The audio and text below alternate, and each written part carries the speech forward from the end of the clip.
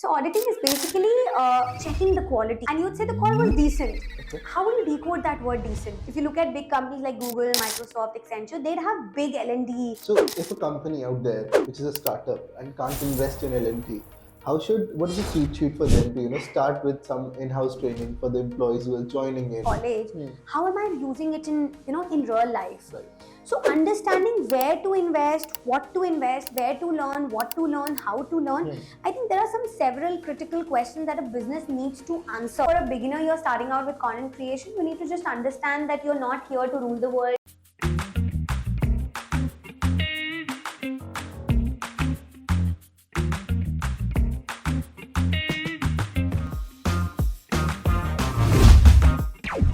Hello guys, welcome to Infinite Talk.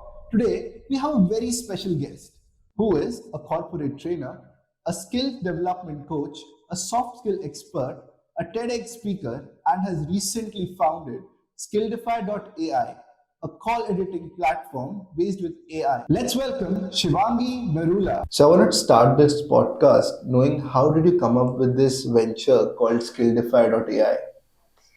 All right, so I think you all know that I've been training for over 7 years, and while I was training for so long, I got to work with different clients from different space. And one of the very interesting domains which I always love working is customer experience. Right.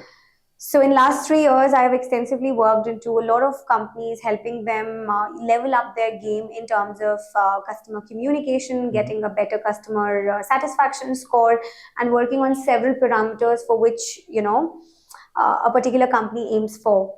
Having said that, while I was working on such things, I realized that quality auditing is one of the very, very important, or I should say, critical purposes, or let's say parameters for any company to gauge the performance and productivity of their agents, or let's say consultants who are making calls for the for support, or for BD, or for sales, or for collection, whatever they are doing.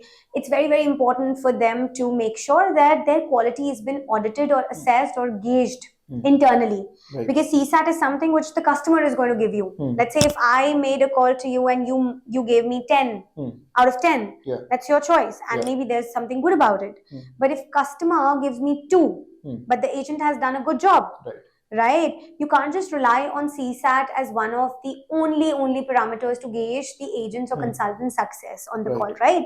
Having said that, internal quality of the conversation that any agent is trying to get after the conversation with the customer is very, very important from compliance purposes, for productivity purposes, and for otherwise also to drive more insights and data out of what's happening in the business. And that's when I thought that I have been auditing a lot of calls as a part of my training assessments, or let's say as a part of my training outcomes, so that I can show something to the company stating that, see, my training has helped an X agent improve so and so. Right. So if I say that I'm going to take a normal English test, or I'm going to talk to them and see how well they are talking to me, is not the right way to gauge their success. True. And that's when I thought that auditing is essential. And I used to audit calls on several parameters like call opening, call closing, empathy, probing, hold, transfer, assurance, ownership, and whatnot. And then I realized that what if, Shivangi, tomorrow you are not there? Or let's take an example that today Shivangi is not auditing, let's say Gaurav is auditing. Right? No matter I've given you an appendix that Gaurav, you'd mark 1, 2, 3, or you'd mark A, B, C, or let's say good, bad, better. But we are humans, right? Subjectivity would always be there. So what do you say about auditing? What's the process when you say auditing? So auditing is basically checking the quality. Okay. Let's say I made a call. Now you want to understand how was the call, and you'd say the call was decent. Okay. How will you decode that word decent? Right? You'd need data for it. Right. Anything and everything needs to be balanced well on the quality as well as quantity based mechanism. So qualitatively, you have defined it that it is a decent call. Right. But I can't understand what is decent, because the definition might vary for you and me. Right. True. So that's when I decided that we need to create a place where AI can audit the calls, or rather I should say AI can audit the conversations that are happening between the customer as well as the agent. Right. So between the customer and the agent, whatever conversations are happening across different channels like calls, emails, chats, what we are going to do is we are going to assess those conversations on several set parameters for each company. Okay. Now, to sum it up, I am a big fan of customer delight, and I believe in being not just a happy customer, but somebody who's super, super happy and excited to be back with you. So you have trained a lot of corporates, how to process the communication skills, the soft skill part. So how you started this journey of training with them? Okay. So, I always wanted to, what I would say is that I'm living the life that I've once manifested. Again, this is a very beautiful story. I was speaking to that agent and I realized that look at the people who are even selling, even they are not inclined towards The product what they're they, selling, yeah. Literally they were opening their notes and they were trying to read and tell me, I'm like, aren't they even aware of their own products that they're selling? So the idea is that I always wanted to be a trainer, and I started out on those principles, but I never knew that I'd be here where I am today. So I'm grateful to God. So it all started with an intention to be a trainer. So the idea was I always loved talking and speaking. Yeah. So how this idea incepted in the first place is that I wanted to go out, talk to people, and train, because I used to love talking. Right. But now if I talk about myself, I'm a changed me, I'm a different me now. And it all started out with a vision that I want to talk because I speak very good. Everybody used to tell me that, you have this, that. So I said, okay, this is the only thing I can do because I have nothing else to pursue in my life. Yeah. And I have no hard skills per se because I come from commerce. I didn't do BCom, I didn't do accountancy. Then what else would I do? So language is the only thing that I carry. And I started out with language training, got into soft skills. And then what I do right now is that I basically specialize in creating learning and development strategies for companies. Okay. And I try helping companies understand their skill gaps and then give them recommended learning pathways, learning journeys for employees, so that a company can not just save cost in terms of hiring a new resource, right? They'd also be able to give back to the employees and they would be able to invest on those employees who they really think are critical and important for the businesses. Right. And not just that, L&D, learning and development, has come out to be a very essential and a very integral part of any business now. And investing on learnings has always been a part of compliance. So when I started out, I used to do as a part of my trademark activities for companies. But now when I invest my time and energy with any company, I make sure that there is a case in place for which I'm working. Okay. So off lately, we have worked with one of the clients called Slice. It's a credit card company, you all know, right? Yeah. So when they reached out to me, their problem was that they wanted to improve communication of their employees. And when they reached out to me, it's a very simple one-liner message that I used to get on LinkedIn. I'm like, hey, we want trainings, communication trainings. If you deliver, please share your number. So that's the kind of cold messaging that I received. Now, converting and understanding that requirement into a program and understanding that it can be a big buzz into the market is what I do ideally. Yeah. So we try to understand why do they want to invest in the trainings, right? And surprisingly, most of the companies that are there, they're not even aware of learning and development because it has come out to be a new function in itself. Right. Earlier, it was a part of HR, right? And it has a very small, minuscule place in the kitty of all the companies. But now, if you look at big companies like Google, Microsoft, Accenture, they'd have big L&D, departments. But if you look at small companies, MSMEs, or like startups, even the decent companies are still trying to experiment with the learning and development. So not every company would have a function in its in its place. So they're looking at outsourced services. So now started out as a trainer, converting it into an outsourced training partner. So we have two divisions into Skilldify. Skilldify started out as a training company, and we still say that we are your outsourced training partners. We always try to help companies understand that there's somebody out there who can take up that L&D function in a smaller space, and you could outsource it. So that just like any other marketing, editing, video, all of those things can be outsourced. So what we do, we have given them that space to explore, and honestly, it has been a very exclusive service so far because I didn't try to copy anybody's idea in the market. I always wanted to do something which is more connected with what I know and how I can relate it to the company and the case study. So that's how it all started. I started out with a reason to earn, reason to speak, talk to people. But today I have a different vision. I want to bring out those case studies and I want to learn, understand that which case study can bring the best results for us, and it's going to be exciting for me to work on. So every year we now take up some 10, 15 clients for 3 months, 6 months, 12 months. You train them then? Not train them, we understand the problems. We try to design a full-fledged program around it. Training is very small a part for any company. See, training is like 10 hours, 20 hours, 3 days, 4 days, 10 days. What else? I mean, two hours every week, or 2 hours 2 times every week. That's the kind of a model that you'd create. But where will it take? So my focus area now is that for companies who are investing in trainings, I need to give them ROI. Okay, so whether it is in terms of, increasing the customer satisfaction score, if I'm training for CSAT, if I'm training sales teams, I want to make sure that, the cross-sellings are getting better, the upsellings are getting better, right?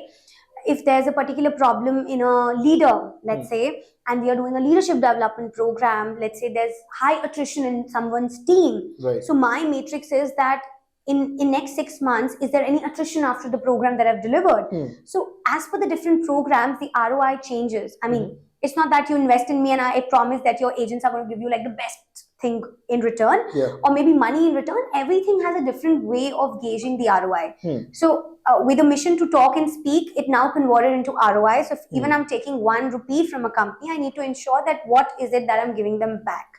So that's the beauty of how L&D is revolutionizing, or I should say transforming in these days. So if a company out there, which is a startup and can't invest in L&D, what is the cheat sheet for them to start with some in-house training for the employees who are joining in or existing employees? I always say that whenever a company feels like investing into a training program, right, you need to understand why are we doing it. Because in my experience, I've also come across many companies who are just doing it because their competitors are doing it. There's no strong reason behind it. You need to carry that reason, you need to carry that vision as to why you are doing it. If I am a company, if today we at Skilldify, we plan to train our employees, I'm sorry to say, but I would not want, in the first place, I'd not want to invest in any training program for their personal development. Right? I'd always want to do that for professional development. And what does that professional development means? Let's say if I am a marketer and my KRAs include speaking to the client, taking the requirements, understanding so and so things, getting the work done with the internal teams, understanding their KRAs. We need to understand what are the skills that are, that they need. What are the competencies that we are, that we have for that particular profile or for that particular level. And then according to that, where am I investing my money and time? Which competency am I trying to improve? Because ideally, why you are investing is so that he performs his job better. In all, he would not just be, he's not just going to perform his job in terms of knowing everything. When somebody comes, he's so full of information, knowledge that he has actually taken from his college. How am I using it in, in real life? So understanding where to invest, what to invest, where to learn, what to learn, how to learn. I think there are several critical questions that a business needs to answer, and they need to do their own SWOT analysis before they invest into anything. Right? So if today there comes a need that, hey, Gaurav, we need to work on our first-time managers. Okay? And they say, let's bring a first-time manager program. It's so fancy to see first-time manager programs being into the market. I myself have delivered so many programs. But whenever I do, I need to understand. So I get companies where they are very clear that, Shivangi, we want to do as a part of our financial year activity, we have to invest. Now, this last quarter has been such that where companies are just investing because they had their funds for the learning, And it's still pending there. And that's pending. Okay, so when you speak to the client, you understand. So you design a very generic program. And if it is a very specialized program, you would not even start without understanding the needs. So there's a particular term, there's a very specific term that we use, which is called TNI or TNA, Training Need Analysis. And I am the person who would probably focus less on training, but I have to give my 200% in understanding what am I going to do, why am I going to do. Today you say that, Shivangi, we need to work on first-time managers. I'm like, what do you want to work on? He's like, their leadership skills are not good. I'm like, what do you understand by leadership skills? Right? And he's like, let's say they are not assertive while they are talking to their team members. I'm like, how do you measure assertiveness? right? And what are the areas you felt maybe you were talking about assertive communication, but what you're trying to say is persuasive communication? That's just maybe I would say a remix of words that we are trying to do here and there. So you need to be very clear with your training need analysis, because that is going to bring out the whole result. If today I'm training and I don't know where my people are, you say you want them to learn, but are they ready to learn? Do they really know that they have that skill gap? Do they have a wish to learn or not? Exactly. See, skill and will again comes in, but you have to understand all your stakeholders. If you are the CEO, then there's a training manager, then all of that is okay. But my final and my only stakeholder in terms of absorbing trainings, bringing results, would be that employee. Right. So how will he bring the most out of that training is my question. So they are very important. I'm going to meet them. I'm going to understand them. I'm going to look at some samples. What will I see? Okay, when you say that they are not performing well, is there any sample of their work? Is there any case study out of it? Is there any, a performance matrix that you follow? Is there anything that you have? Like something they have done in past and now it has degraded. Exactly. Something to compare. Let's say you give me an example that they're not really assertive and you say, Shivangi, look at these 10 emails. Now those emails are my place where I do some samplings. I'd go and look at those emails as one of my parameters to gauge that what is it that they require. Right. So you use different tools. So while we do the training need analysis, there are different tools. You do sampling, you do drillings, you do you do assessments, you do MCQs, you do interviews, you do one-on-one meetings, you do group meetings with the stakeholder, you do a SWOT with each participant. So there are several things that you do before you get into a training program, and that's called TNA stage. Then comes the second stage, which is the stage of facilitation. Right? Now, stage of facilitation wants me two things. One is the skill. You need to be very clear with the skill gap. And you need to be careful about the fact that how many of them are willing to learn. If somebody is not willing to be in my class, or let's say in the training room, what is the reason? Is the content not worth it? Is the content not of their use, not of their level? So understanding and breaking down problems. So while you get into a training program, nobody is interested to learn because everybody is so full these days, right? Understanding the fact that how do you keep that retention as a trainer, as a facilitator, you need to understand how smartly are you able to retain the people till the end of the session and the content that you're giving. And they should take away something. Exactly. And now the point is, I never say that the learner is willing to take away. It's the facilitator who needs to make sure. Again, there are tools, there are strategies to make sure that learning retention gets better. Okay. Then you have to understand and analyze the types of learners that are there. So if you are a learner, let's say you love to read. I don't love to read. I love to watch. Somebody is there who loves to listen. Somebody is there who loves to write. So how smartly have you curated your content so that the absorption rate becomes great? It's very easy to say that it's training and a teacher comes in place. And I don't talk that language anymore because I know what it means to be there as a trainee. I wouldn't want to be in your training room if I am not engaged. And yes, when I say engaged, I mean that you have to entertain them. You have to keep them so hooked and they should feel entertained. And if not, then they can swipe out, they can swipe up, they can swipe here and there because that's what they have the right to do. So that's the beauty. And once the training program gets over, then how are you assessing them? How would you prove that, that you've worked on everything and things will get better soon? And it's not that you have to do it immediately. The ROIs and the final assessment or post-training results can be according to the program and the design. You'd have to see that when would be the right time for us to do that. And just like any other marketing campaign, or let's say it's simple maths, right? It's simple. Let's say you were given a task and you have to complete it. So you try out different things. There are 10 people, all of them come with different things. What are the things they can do it in a group workshop? What are the things they'll do it one-on-one? So you have to design that program. You have to make sure that it looks fancy, it looks decent, it looks good for the CEO, for the stakeholders, for the people. You have to take everybody's, inputs in it. Yes. Apart from being a trainer, you have been a full-time content creator, as I see. So how do you plan your content, and how content creation is a big market as of now? I think, how did I start? I never started with an intent to be a content creator. I, in fact, never knew about this term content creator, influencer. all we know back then was a blogger and a vlogger. That's it. And blogger as a term also came in very late. Yeah. So how do I plan my content? Is that I never take content as something being very separate or let's say very exclusive, from what I do.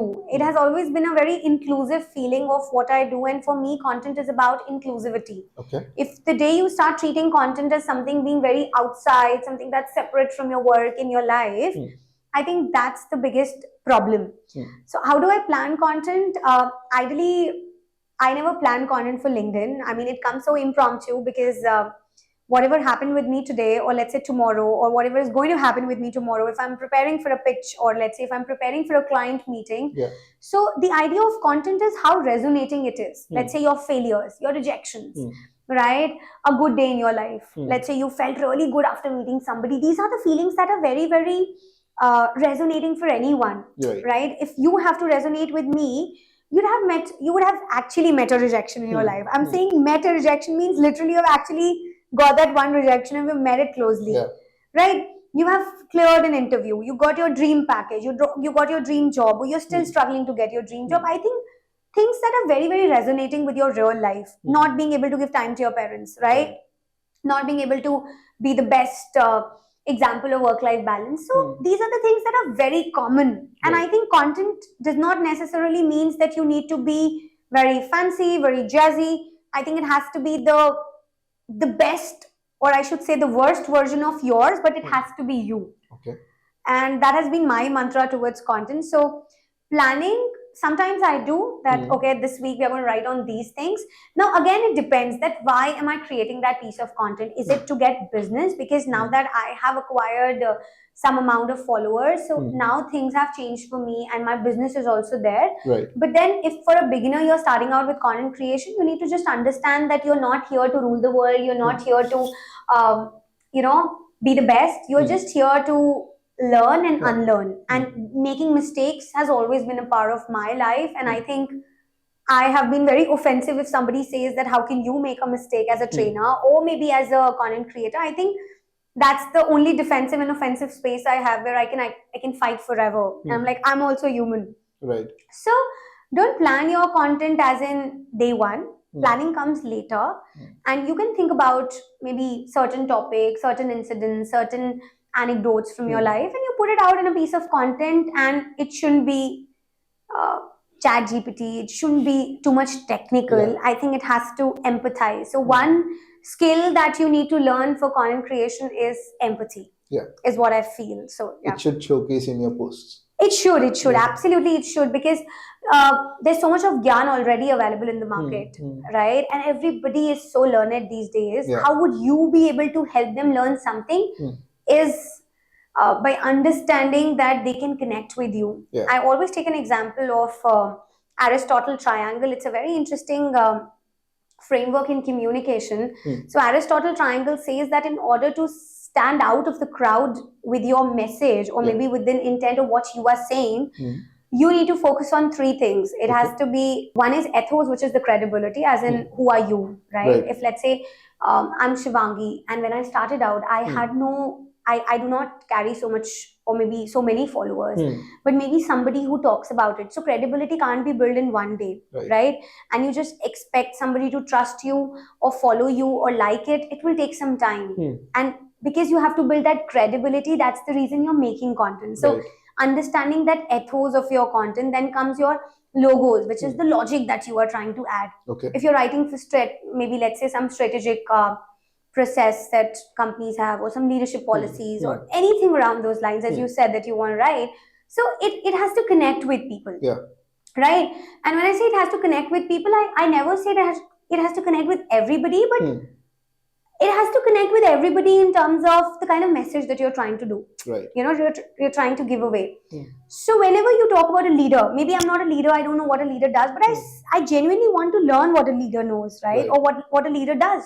So how do you portray it as a human makes it different? I mean, when people write, they think that we are so, we are so big in terms of the years of experience that we carry, or maybe the kind of work or the degrees that I carry, that people are bound to hear me out. I think that's the wrong perception. That's wrong. You have to start out as simple, I would say, in layman language, and then maybe it gets technical. Okay. And then the last part of the triangle from the Aristotle framework says one is ethos, then I covered logos, and then is pathos, the kind of emotions that you're trying to put in, those pointers which you're not maybe writing, not the words, but something that's in between your lines. That's the kind of emotion, the non-verbal cues that you're trying to give. Okay. So that's the beauty in all the AdWords that you see, all the AdWords, all the the video ads that are created or whatever that is created. This principle of communication works behind it. Okay. If you look at an advertisement from McD, you look at Nike, or you look at any big brand or any small brand, you'd always see these three things covered in any advertisement. Is because of the fact that anything can't leave an every time or forever impression on someone. Right. So you have to understand and do that R&D behind it. That how do you leave that positive and everlasting impression? So that's the secret recipe that you because said. Everybody's scrolling. So how to stop them at your post and make them read it? So the idea is not making them stop. As a beginner, you'd never want to stop them. As a beginner, you just want to give without any intention. Okay. Because we have so much of expectations in the beginning that even before we do, we have something to ask for, and this could be, how can I go viral? How can I have the best hooks? Yeah. Trying is okay, right? Trying is okay, but if you see that I bring a shortcut, that's not possible. Okay. Content is all about A, B, C, D, E, F, G, H till Z. You are just testing out, and I think I'm the biggest example. I keep on trying, experimenting with content. Yeah. There are times when my posts have hit to the Forbes magazines. Yeah, I saw that. Yeah. And there are times when my posts hardly do anything, like 80, 100, 200 likes after acquiring like 186,000 plus followers. Yeah. So, I mean, it's just a part of it. It's just a part of it. There are some dull days, there are some high days. So, it has to be a part of your journey. Right. Because then Prime Minister honored a lot of influencers and content creators. And it was Ranveer Alawadia and many others who were there in that event that was happening. So how do you think this has motivated the youth to opt content creation as a full-time career? I think content creation has always been confused with a word called being an influencer or a blogger or being somebody out, exclusive, or I say somebody who's out of that crowd, standing out. So it has got its own, advantages and disadvantages. And I think there are people who just feel that being a content creator is like a cakewalk, and they all try, they all go viral, but there's nothing out of it. So it has to be a very careful, thought as to what you want to do and where you want to go. Content creation, before it becomes your full-time profession, come your passion, I think it has to always be part-time. Yes, it is going to be an inspiring move, or it has been an inspiring move by everyone accepting creators economy, making it as one of the, giving it a good presence in the market. I mean, we never thought that there's going to be something like creators economy coming in, right? So now you see everybody talking about it, even YouTubers, there are certain laws for YouTubers itself, some bloggers itself, right? So it is good that the country is recognizing, because there's a lot of scope in the industry, because infotainment would exist forever, right? After Instagram's coming in our lives and LinkedIn's coming in the lives, I think they are where everything happens, right? You get a network, but that's not where things would stop. I think content creation would take its own it's going to have its own ups and downs, and the industry is going to face all of that. So relying entirely on content creation for any young person out there, I wouldn't personally recommend, because it's that place where you can drown so deep that you'd not be able to come up. Right.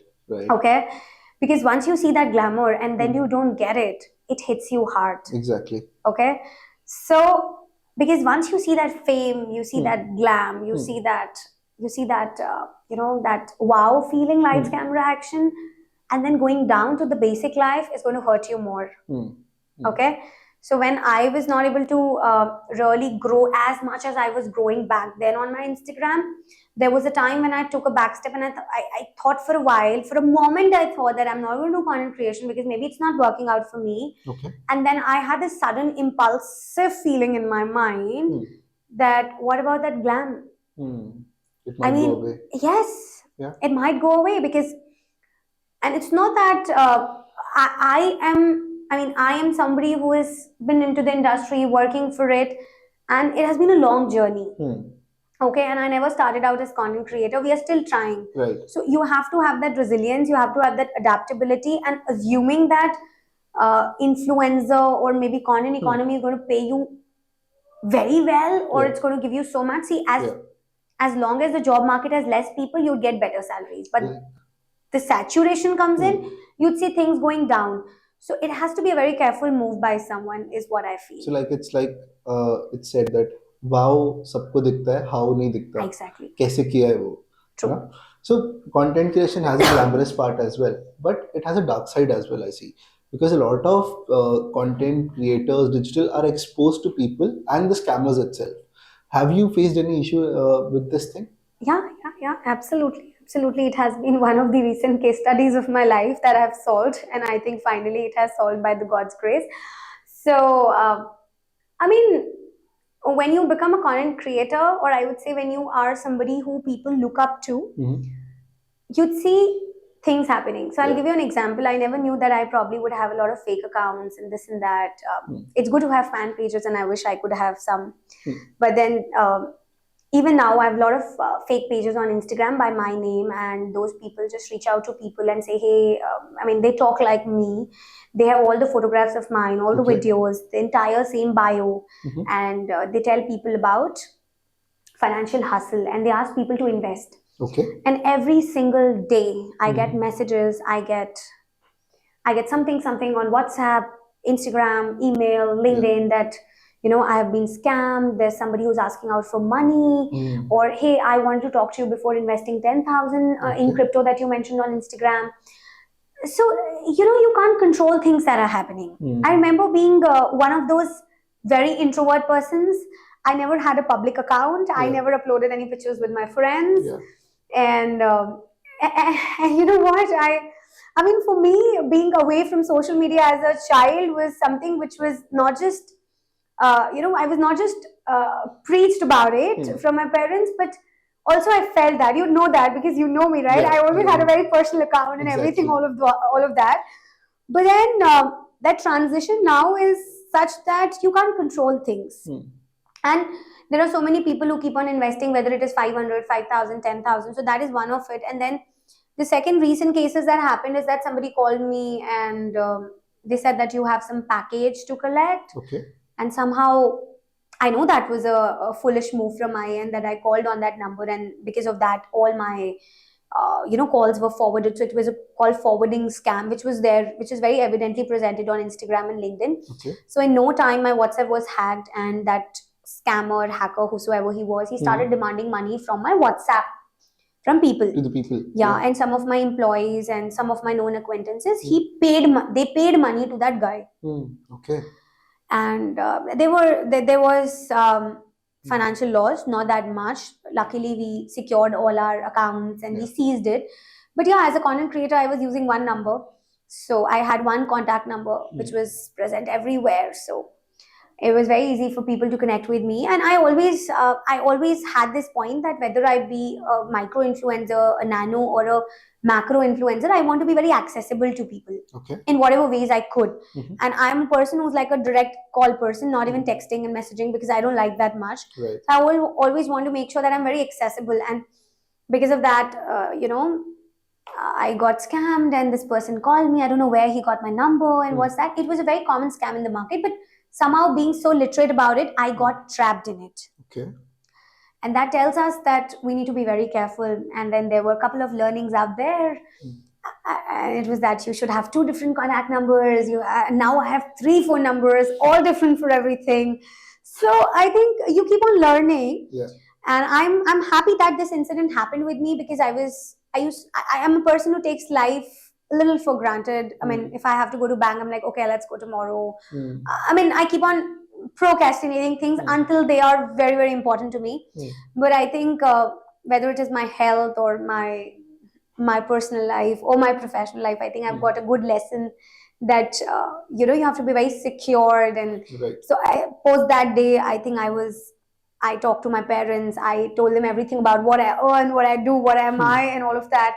And to my surprise, there was so many people out there. There was a huge group of people who supported me in getting back all my accounts. Even my LinkedIn got suspended for a while because of this hacking, because of security issues. So I'm glad to have such people around me who really follow me, genuinely care for me. And I never knew that this could have ever happened. So sometimes I sit back and I still can't feel, and I'm like, okay, let me pinch myself and see. But then it's okay. Recently on Instagram, I saw this post, going viral, where a person who has applied for Netflix had made a resume which looks like a Netflix home screen. How person who is applying for a job, how should they design a resume, or what should things they should keep in mind while doing this? All right, I always talk about this that your resumes need not to always be like ATS friendly, or they should have a requisition rank. The idea is that first you have to understand where will this resume go. What is the path? Just like when you store something in your laptop or in your computers, there's a storage path for it, right? Some drive Ds, As, Bs, and Cs, all of that. So you need to understand what is the map for it. Like where is it going? Is it going via an ATS zone? I mean, is it like bulk resumes that are being stuffed on that link or that place? Taking an example for Indeed, or let's say from Job or Naukris and all of that. So here what happens, there are multiple people who are doing it, right? So you need to get through that ATS, because then it becomes tough for the job, maybe the hiring guys or the recruitment people to understand. Now, if you're sending it out directly via referral or an email, then you could go maybe without an ATS as well. It depends what profile, where is it going, which company, how is it happening, right? And then what is the end goal of it? Now, as you were talking about the Netflix, I also saw that reel. I don't know if it was Netflix only, but yeah, there was a resume which resembles the company, and it talks about the core values and missions. That is great. Now, for a job into any creative domain, you would want people to present samples, right? You would want samplings to be done. Now, sampling can be done in various ways. One way is that make your resume so good that your creativity and your design and your aesthetics talk about it there. The other way is that you design a resume and attach samples. Making a resume shouldn't be a matter of exclusivity or inclusivity. It should first talk about that, where is it going, what is the job role, where am I applying, what is the source, and then you go about deciding what all you can do in your resume. Making it simpler is also a choice. Making it creative is also a choice.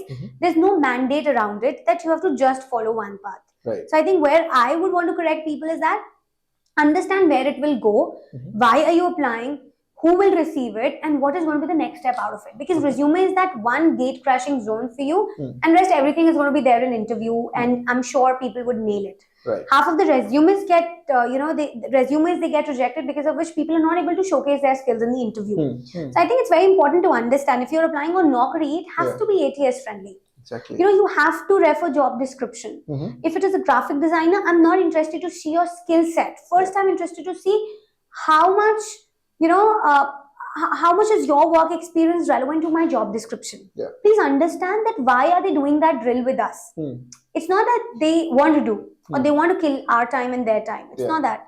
So understanding that entire roadmap is very important. And then there are several rules for different kinds of resumes that you make. Let's say if you're making an ATS friendly resume, you need to follow certain things. Now, adding a picture and not adding a picture is also a debatable thing. Some people say no, ATS friendly resumes can have a profile picture. Some people say you cannot have it. Now the idea is you cannot have that. ATS resume is very simple, plain Word document which is easily scanned through the platform. Right? So understanding those basic things, I think if you're going by a rule book, then let's just go by it. And then you'd get different avenues to present your work, your creativity, and everything. So that's important. People who are applying for an interview, what all things they should keep in mind while appearing for the interview? Because I have met around 70 candidates as of now, and every candidate has a different personality to come forward with. But one thing that is common is what they have learned throughout is sitting postures and how to speak. So what kind of things they should keep in mind? What's your suggestion on this? I mean, throughout this podcast, you would have heard me calling and talking about being human, and I think that's important. Whether it is your hand movement, your gestures, your words, all of that impact something, right? All of that has an impact. So people need to understand that you're talking to another human being. Why to fake it? Starting from a basic thing that people fake is their accent. Okay. Second would be complicating things with words. Third, complicating things with experience. You need to just understand how do you want to present your point. If somebody tells me that Shivangi, this is not good, and Shivangi says no, this is good, you need to learn the art of presenting your point, right? And if my idea, you have to be clear with the purpose. You need to understand that how effectively are you presenting your argument or your point. That's it, right? And then for that, you also need to understand that being yourself is important. Right. So one piece of advice that I would want to give it out to everyone out there would be that be yourself. Even if there's something that you don't know, you need to understand. You need to know that how do you subtly put across and say that probably I don't know much about this, but if you probably explain me a little bit in detail, or if you give me an example of it, I'd be able to speak at length. Right? Because people feel that being human can bring them disadvantages rather than the advantages that are there by being not so human in nature. I'm not saying I'm talking about being inhuman. I'm saying what I'm trying to put forth is that you have to understand that you're talking to another human being. You need to empathize. You need to be yourself. I mean, because you can't fake throughout. Okay. So one, if you don't know something, be okay with that. You need to understand and learn the art of how to say no, or how to accept, or how to exaggerate. Those are different skills that you can learn. But in the first place, playing with your body language, using some set of words, using some hacks and tools, all of those things are given to the job seekers, or let's say to the people who are appearing for interviews, is just because of the fact that at least by using something or the other, they feel helped, or maybe they can ace it. My intent is that if you're using this gesture while you're sitting, you should know the reason. Because if you go with half knowledge, you'll not be able to carry things forever. If I know that I don't like to watch TV, I'm going to talk at it at length. If I love somebody, I would want to talk about it. Right? No matter whether somebody agrees or disagrees, or somebody else's has a different opinion. So just take it as that wise choice, that if you know the logic, if you know why you are doing something, you do it better. So instead of just running off or escaping of those situations, I think you should get yourself exposed. If somebody says that you need to keep your shoulders like this, then you need to also understand why not like this. And if let's say I can't keep like this, then what is the other choice of it? So, curiosity is one of the skills that can make you better in life, and be curious. And that's going to teach you a lot, because if you're not curious, then I think it's a full stop. Which probably is not the right way to lead life. And rejections and acceptance is something not just in our hand. There are a lot of several parameters that are there. So reflection is what you can do. Every interview where you get rejected, find out that what went wrong. If you get the feedback, great. If you do not, then ask for it. But some people don't even ask. They say, okay, rejected, fine, let's go and do the next one. That's the mindset problem. So I think that's where you have to just transition your ways of thinking in, and just understand that how do you lead life? How do you lead and pace it the way it wants? So yeah, that's about it. Thank you, Shivangi, for being at Infinite Talk. It was an enriching podcast, and I think this was one of the most enlightening podcasts in terms of content, in terms of knowing how to present yourself. And I really enjoyed it now. Thank you so much. And I think it was wonderful being here. And it's always exciting to exchange thoughts and learn and unlearn. So I hope I've been able to add something for your audience. And thank you so much.